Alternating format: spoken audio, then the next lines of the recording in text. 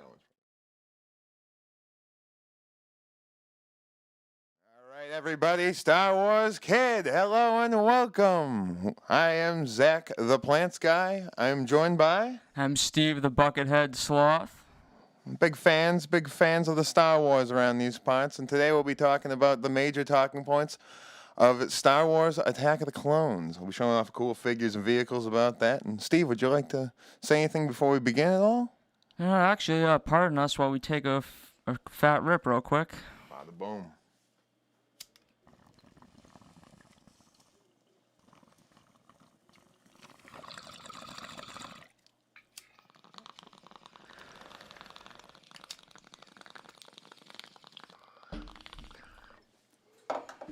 Always much needed before a session like this, definitely. Can't get baked and, not talk about Star Wars not baked. So, gliding us in here, Sloth, why don't you kick us off on the intro to Attack of the Clones? Sure, I guess we should summarize sort of where we left off from after the last movie.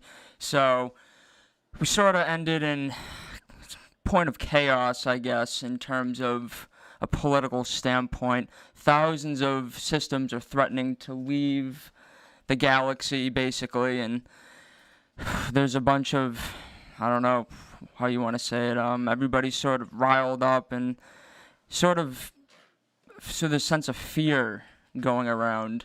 Well, yeah, the Sith are back. I mean, there's nothing scary about that because everybody knows where there's one Sith, there's two. So they know that there's another out there pulling the strings, and that Maul was just, somebody who was meant to just be chopped in half at that time. Poor guy. It happens. He brought it upon himself.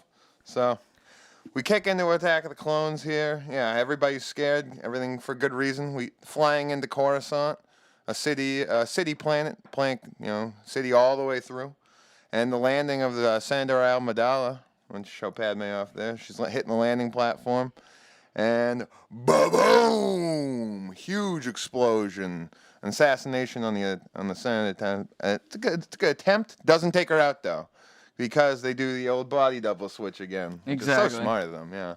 So why don't you talk about the body double switch there? It was like what's her name? Like Kimiko or something? Yeah, Kimiko. Yeah, Kimiko. I believe ends up so. dying I believe there, that's her name. Yeah. Can't remember off the top of my head, to be honest with you. But. Wild too. If you guys really care that much, the new Vader comic is out there, and Kimiko's in it. She actually survives the assassination attempt in Attack of the Clones. So check those out. Really, really cool. But yeah, the assassination doesn't work out. Big fail. Yeah. So from there, Anakin and Obi-Wan are then assigned by the Jedi Council to protect Padme. And we get our first bit of awkward dialogue. It's extremely awkward. Definitely. Yeah. Young Anakin is kind of hard to bear sometimes. Yeah, Haydenson wasn't exactly on point, but it wasn't exactly entirely his fault either. Lucas with the dialogue, there. He didn't exactly help his case too much. So I think Hayden did the best he could with what he had involved with. Most definitely. Yeah. So that was good, and we got another bit of the first blemish between Anakin and Obi-Wan on Obi-Wan not being able to wrangle in his Padawan. So yeah, exactly. Anakin's definitely undisciplined and has a sense of arrogance at this young age. Thinks he's more ahead of himself than he really is. So. Exactly. And the craziest part is too, Anakin during this time not thinking that Padme is paying attention and all this stuff. Oh yeah, very childish behavior. It's pretty. Doesn't even recognize me, C-3PO, me, and all this stuff. I think he says that to Jar Jar actually. Oh yeah, Jar Jar. Excuse me, not C-3PO. I forgot C-3PO is still in that desert. Yeah. Well, very cool, very cool. And then bring us to our next point here, Sloth. Finish this rip. Yeah, go for it. So I guess from there, we go to the second assassination attempt. Once Padme is sleeping, Anakin and Obi-Wan are sort of standing outside of her room. And I guess behind Obi-Wan's back, Padme and Anakin planned the whole thing. Yeah, there's a lot of weird stuff which was sort of against the whole Jedi Council's strategy there, because they didn't advise that. Yeah, exactly. And the craziest part is, too, that the second assassination attempt, bugs. And the worst bugs, in my opinion, they're pretty much just big, centipede things, and Me personally, I absolutely cannot stand centipedes. Any sort of pede with that many legs, I'm just not about, and especially the poisonous ones. So they sense the pede impeding on the bedroom setting, and yeah, they run in there and do some real Jedi dynamics. At first, who sent this? Well, Zam Wessel. Exactly. Good old Zam Wessel, that crazy shapeshifter. We think that is the cool part, because when Zam first shows up on screen, you think it's a girl, but it's just really just. It's hard to tell with them changelings; it can be anybody. So. Exactly, and from there we get the pursuit of the changeling, which is really cool, and it's really long. When we went back and watched they kind of that, dragged out that scene a little bit, in my opinion. Very long. I had no clue it was gonna actually when we watched the first thing.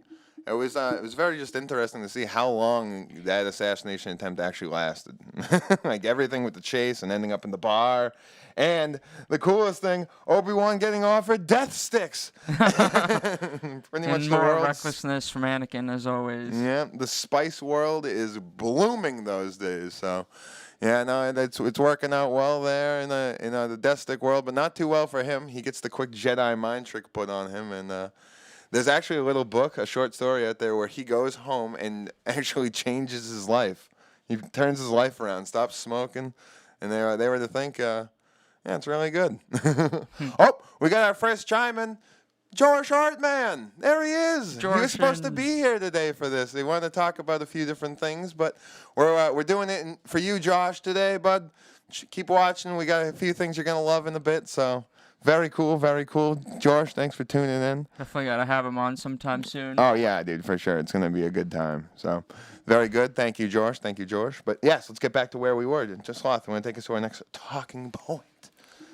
So, yeah, after that whole speeder chase and chasing down Zam, they sort of are wondering who sent her, and we sort of don't get a name or really too great of a view, but you sort of see a Mandalorian-looking figure fly away after shooting a toxic dart at Zam, so she couldn't reveal exactly who she was working for. It couldn't reveal whatever the heck Zam is.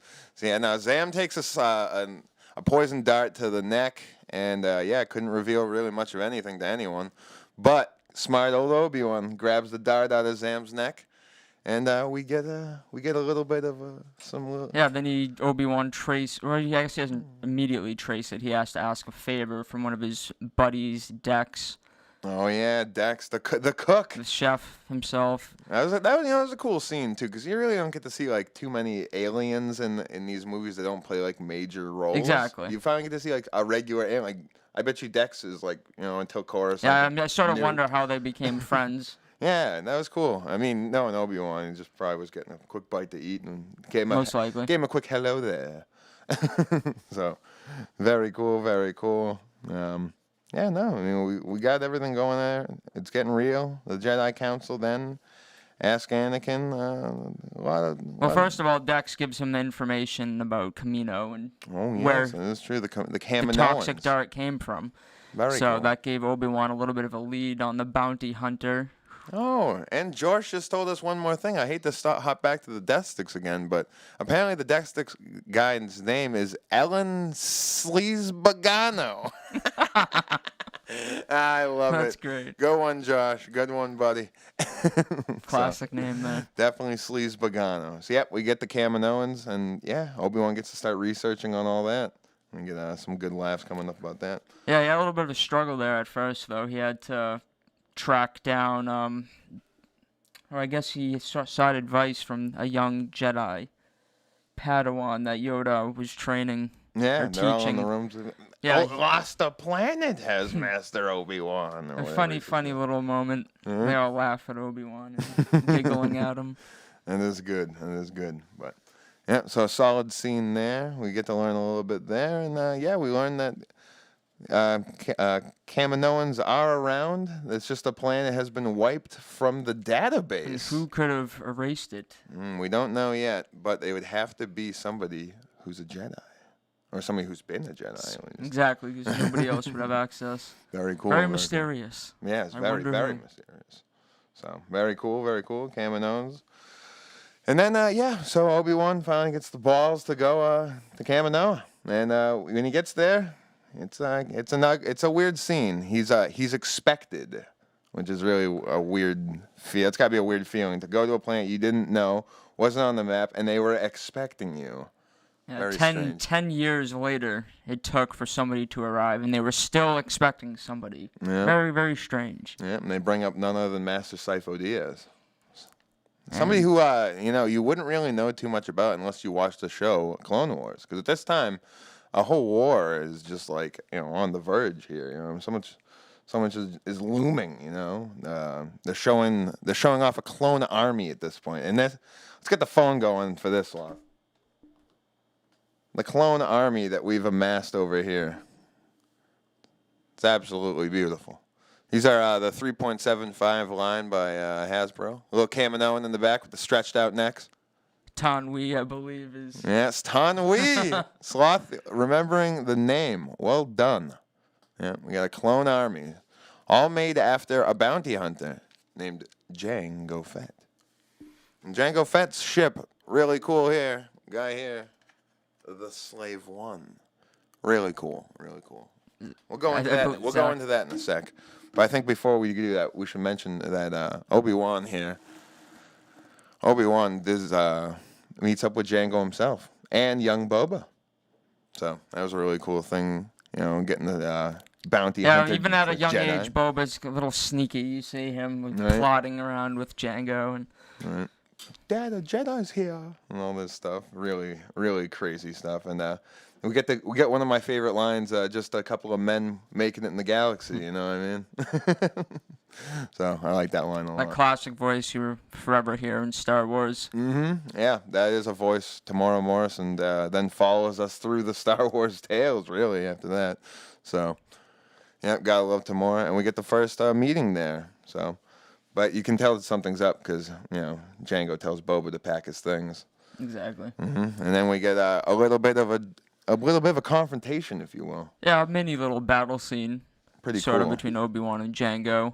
Outraining. I mean, a little bit of like dramaticness with Obi-Wan almost looking like he's plummeting into the ocean, but catches himself with the wire there, pulls himself back up. And can't get back in time before the Slave One takes off. Let's go back to the phone one more time here. Get a good zoom in on here on the Slave One. Crazy ship. Obi-Wan really had no clue how to put up with it. It's got ion cannons that come out of the back here. He's shooting those out, blowing up all sorts of asteroids, trying to impede Obi-Wan from following him to Geonosis. So. Really cool. The Slave One, always a favorite ship of many. Coming back. All right, take us to our next point there, Slothicus. Yeah, of course. So from there, Obi-Wan stumbles upon a secret meeting. Mm-hmm. Led by none other than Count Dooku himself. Yeah, and following the orders of Dooku, many show up from the Trade Federation, including the Nemoidians, good old Newt Gunray and all that. Yep, Newt Gunray, the leader of the Separatists. All hosted, coolly enough, by Geonosis' leader, Pago the Lesser. Pago's a pretty cool person that, if you really get into depth, he has some comics, he's in some Clone Wars episodes, so a lot about Pago coming up. We'll get back to him as well, so... Obi-Wan stumbles, though, doesn't he? He does, though. He's captured. And Dooku confronts him at that point and has some pretty shocking information for him. And Obi-Wan can't believe what he hears. And what is that information, Zach? Well, none other than a Sith Lord is leading the entire Republic right now. Crazy stuff. Crazy things going on. Can't even believe it. I mean... He's got pretty much half the Senate under his control right now, they're saying to us. So that's like, whew. Yeah, Obi-Wan doesn't believe him. But at the same time, I feel like he does. Yeah, I mean, because let's think that Dooku is like, I mean, he knows that Dooku has joined the dark side, but how far evil is Dooku at that time? They really don't know, you know what I mean? At the point, he was a Jedi. He was one of the greatest Jedi ever at that point. He was Master Yoda's apprentice, you know what I mean? So... Big things, not the person you want to go evil. Yeah, exactly. Not too many people know that Dooku was once the master of Qui-Gon Jinn. Exactly. And while all this is going on, Anakin is leading Padme over to Naboo for a pretty yikes love scene. Yeah, it's rough. It can be cringe. There's mentions of sand. We got a little bit of a chime in here. Yeah, but Obi-Wan never did get that $10. That is true. He never did. The $10 was never gone. He's still waiting on it. I love it. Good chime in there. Bangarang, see, good stuff. You never know when that $10 is gonna appear.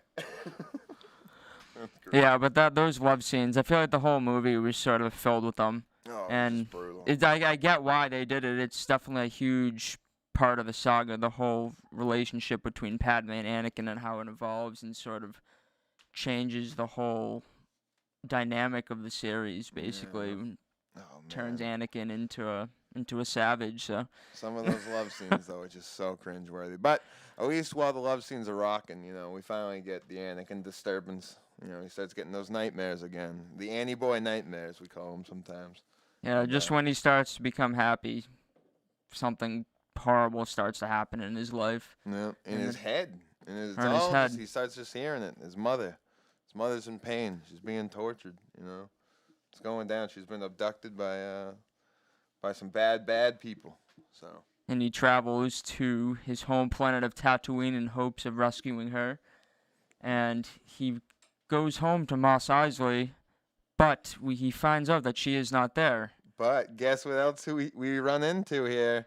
Josh, if you're listening right now, this is the part you've been waiting for, bud.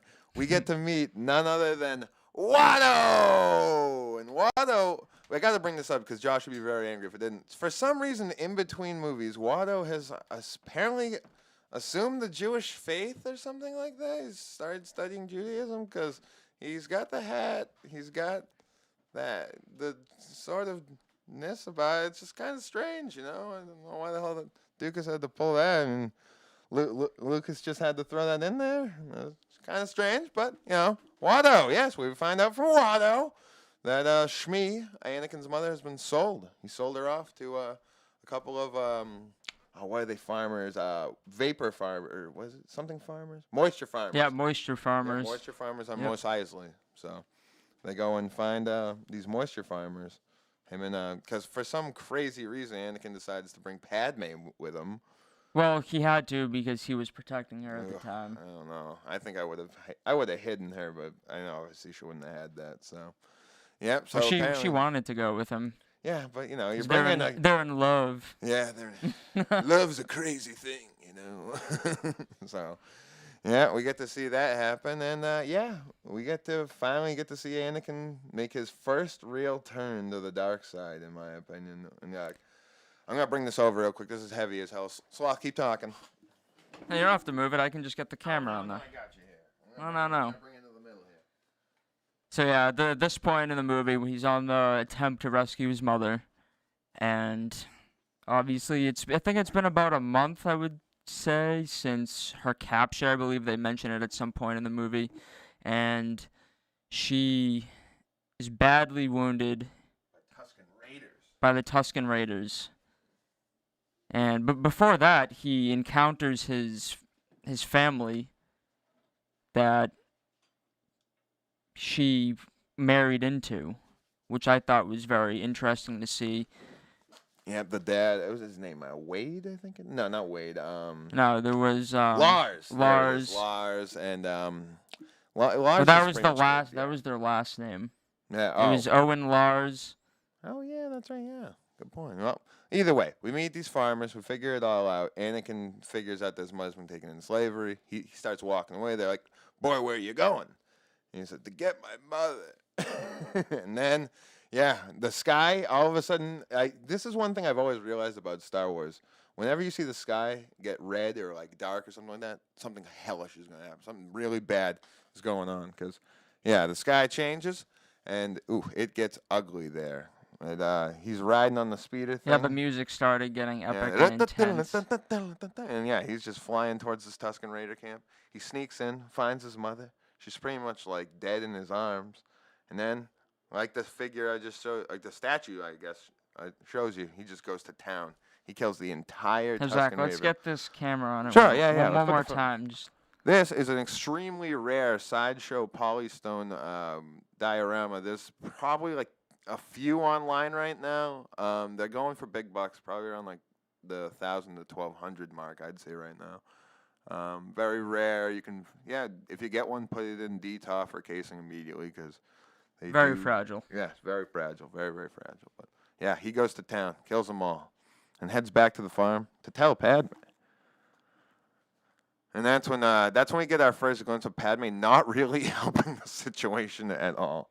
Because he's telling him, he's like, I murdered everyone, the mother, the women, the children, everyone. And, Padme's just like, well, She's like, oh, it's fine. You want a sandwich? You know what I mean? Like, no, like, what the hell? She should have been She should have just ran away right there instead. what she should have done is told the Jedi Council. Oh. But instead, she just puts her arm around them and just says, it's okay, Annie boy, you're going to be all right.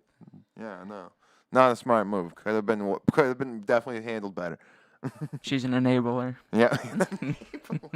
I love it. That's great. So after that fit of darkness, they they bury Shmi.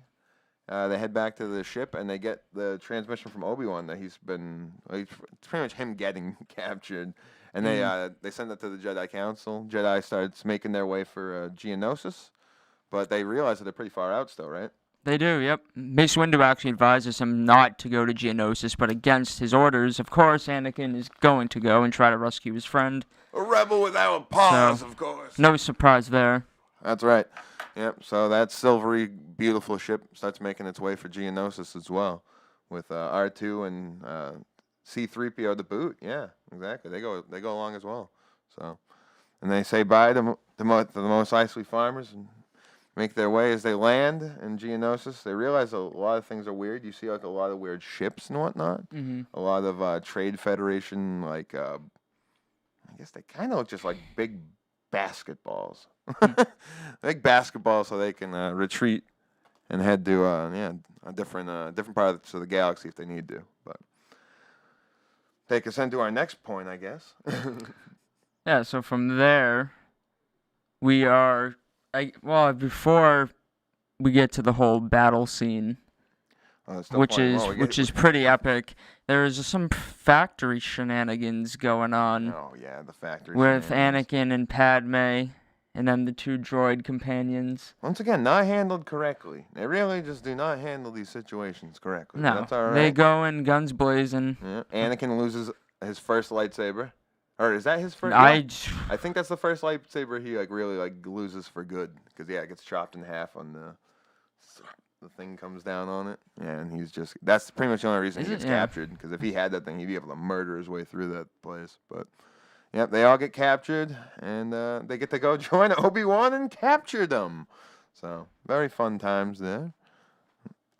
Hold on one sec. Yes. Anyway, so the capture begins, and then they're taken to the Geonosian Stadium.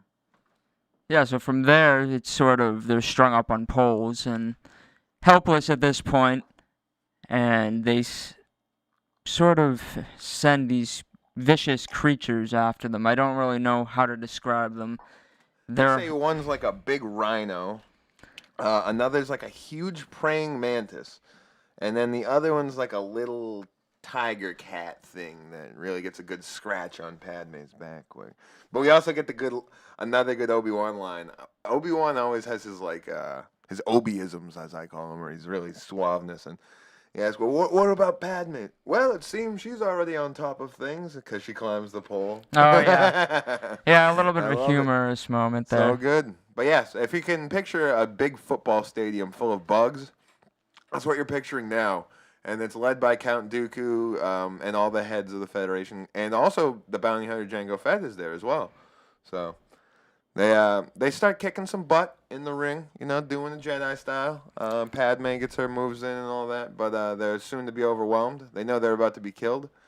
But then all of a sudden, walking down the corridor like a true badass. Samuel L. Jackson in the flesh. Boy, dude, Sammy J with the fucking purple lightsaber. Let's go to the phone. Look at that guy. There's our boy. Look at that. Just comes in, puts that lightsaber right to Jango's throat, and he's like, hey, cut the shit. But obviously does not work out. Gets flung into the madness below. And more Jedis reveal themselves. Very cool. Actually, here, let's get the other Jedi. Yes, he is not alone. He's not alone. He has an entire brings a Jedi army with him, too. But realize, though, it's just the Jedis at this point. They're still outnumbered by all the bugs and the bounty hunters and the lightsaber. You know, it's still a hectic battle. They have an uphill war. It gets down to it again. They're surrounded by all the bugs and everything and the droids. More droids are coming in, too. These droidicas, everything over here. Surrounded. Everything's going down. Dooku is proclaiming victory. But then, all of a sudden, from the clouds, behind us with the phone, one more time, Sloth. Yoda and the clones swoop in the gunships. Make a perimeter around the building, we must.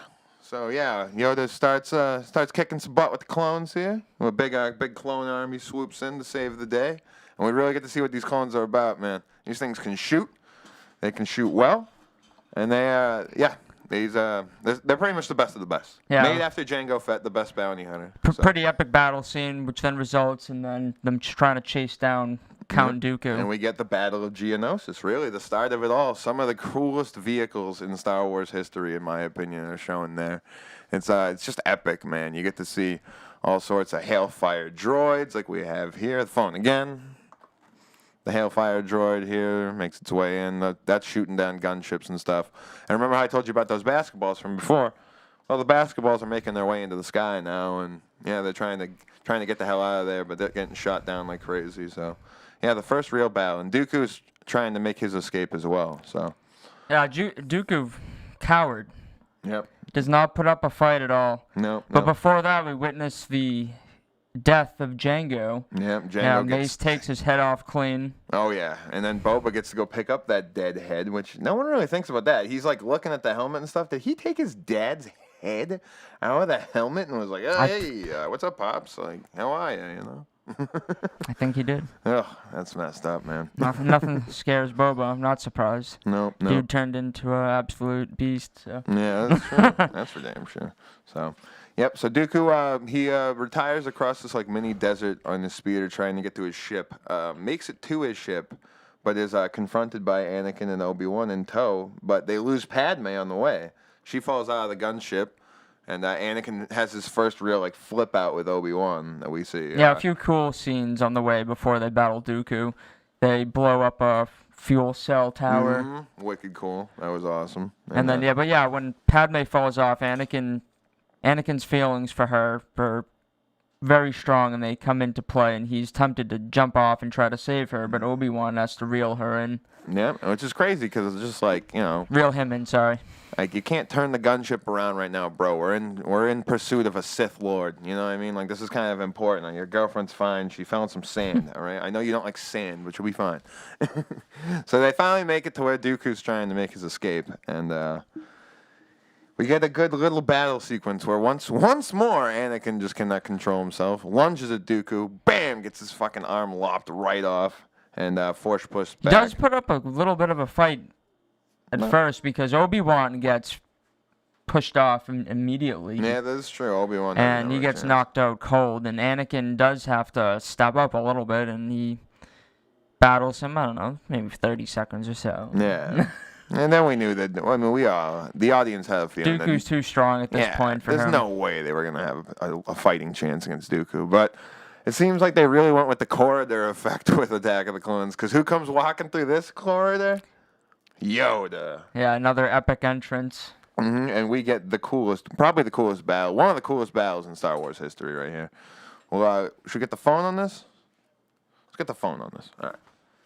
The sideshow Polystone Count Dooku versus Yoda. Another pretty rare figure, but a little less rare than the Anakin versus Tuskens. This one's probably going for about 6 to 7 right now. There's a couple of them on eBay I saw.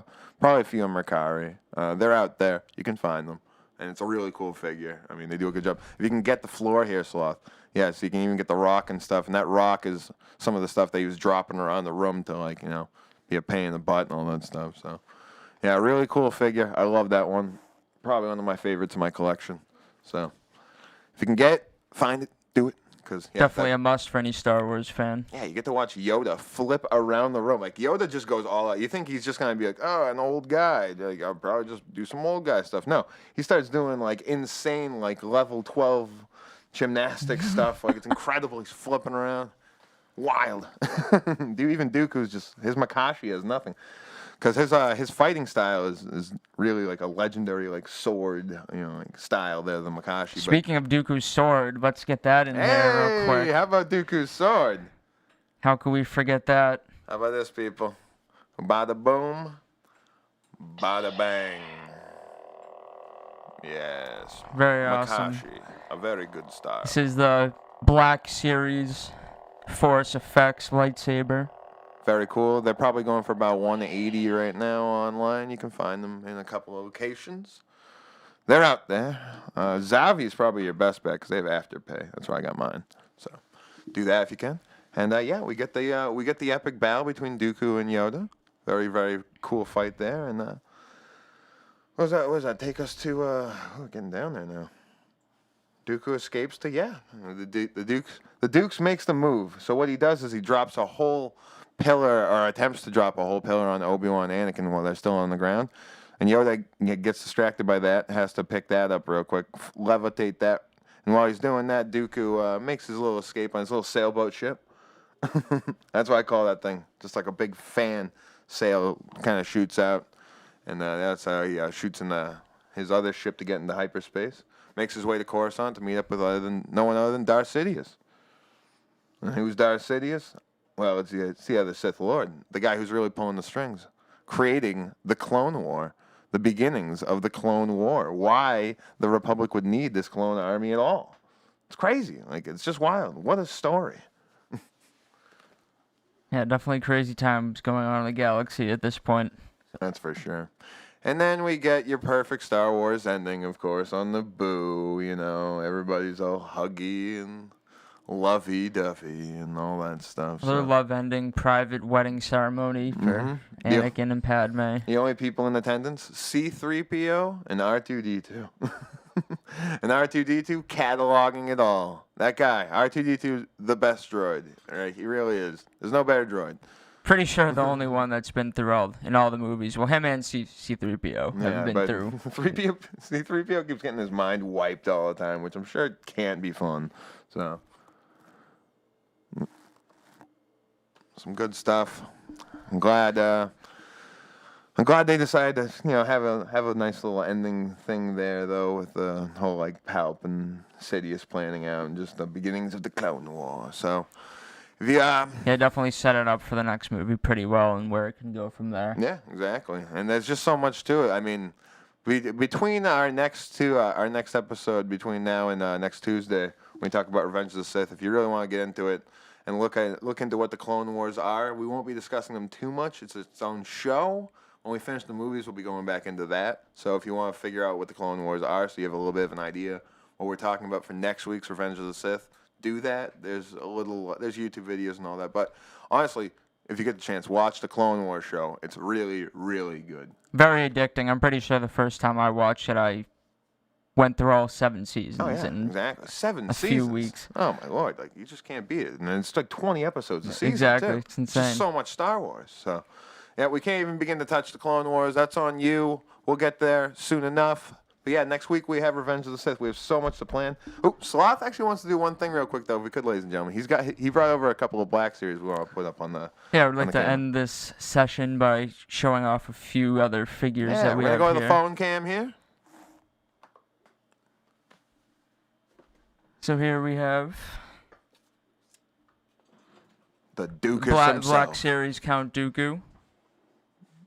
Very good figure. They did a good job on that one.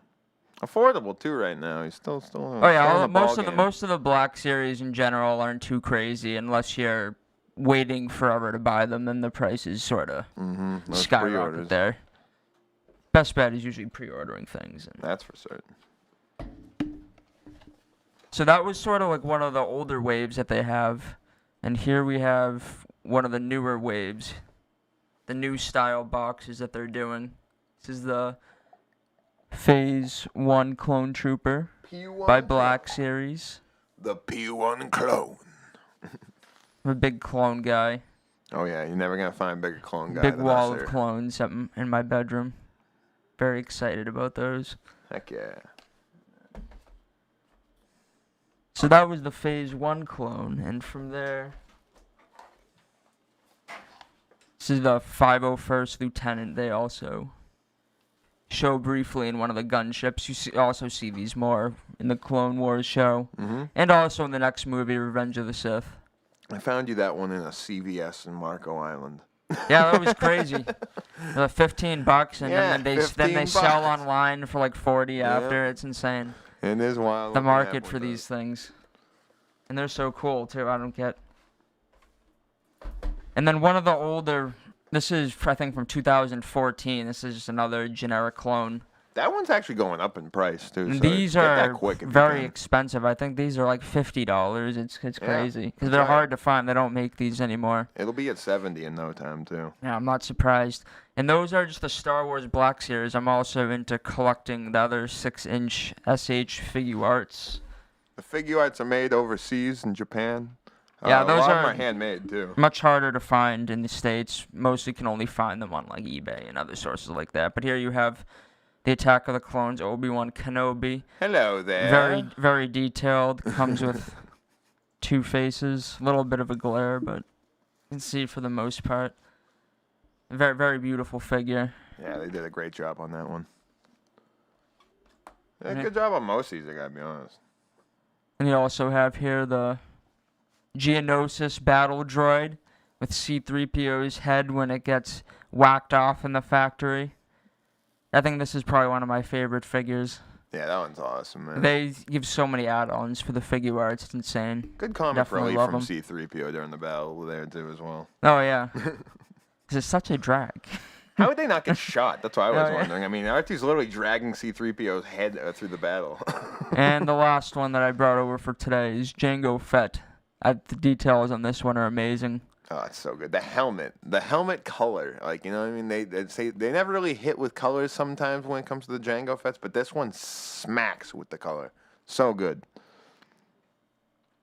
Yeah, so I think that's all the figures we have. We got one more, actually. Let's get a show here on Oh, good how old can we Chancellor forget Palpatine. Chancellor? There he is. Wow, he looks kind of like Sidious. I wonder why. And one more thing before we cut away from all these little things is the books. If you guys really liked reading about this, you can read the novelization. There's more in this. There's a little like comic thing you can kind of read too, graphic novel, I guess you want to say. But yeah. So much Star Wars, so little Yeah, time. and let's not forget to talk about here. Don't want to show all our stuff too quick, or else we'll run out of topics. Oh yeah, So. no. We have many things to show you guys, especially when we get into the Clone Wars episodes and whatnot. So, no, it was great, and yeah, if you guys want to see us get some more stuff, we have the Patreon through Play to the Plants. You can find it at playtheplants.live. I think we should be having a few fig hunts yeah, it's coming a figure up. hunt. Actually, I think our first figure hunt is looking like next Monday, correct? Yeah, I believe we're gonna try to capture the first one on film next Monday and Yeah, try that'll be to fun. see what we can come up with. Hopefully you guys can tune in. We're probably doing a few of it on Instagram. We might do some on Twitch. We'll see how we look with our tech as we get Hit or little further miss, here. hit or Yeah, miss hunts usually, but you're always a good time. Exactly. I have fun on them. You know, it's a good time getting to talk to the shop owners and get to know everybody in the area. So it's really fun. So if you've enjoyed this, hopefully we'll see you next week for Revenge of the Sith. This Thursday we have the Play of the Plants Thursday Night Jam. That's going to be a really good time where our buddy Peter usually leads it on the holophoner. This crazy thing him and his friend Harpo have been working on. We'd also like to give a quick shout out to Harpo for all his hard work he does here, getting us good audio and video. Him and Peter, they knock out the box. George always here as well, him chiming in. Our buddy Dez for chiming in. Everybody just so good. Oh, there he is. Hey, Harpo. Yay. Thanks again, bud. You're the best, man. You guys are all of you the best. So tune in. We have so much to go. Maybe next Sunday, I think we're either going to do radio or bands. So much things for Play of the Plants. So many things for Star Wars. Tune in. We love you guys. You're the best. And yeah, if we can do anything else for you, just message us. If you have any questions about Attack of the Clones. I know I probably still have a few questions about it myself. So Yeah, always learning more stuff every day. So. all right then. So yeah, I think we'll be talking to you guys soon. Keep it planted, as we say here, and yeah, we'll see you for the next one. Signing out, guys. Take it easy, and may the Force be with you.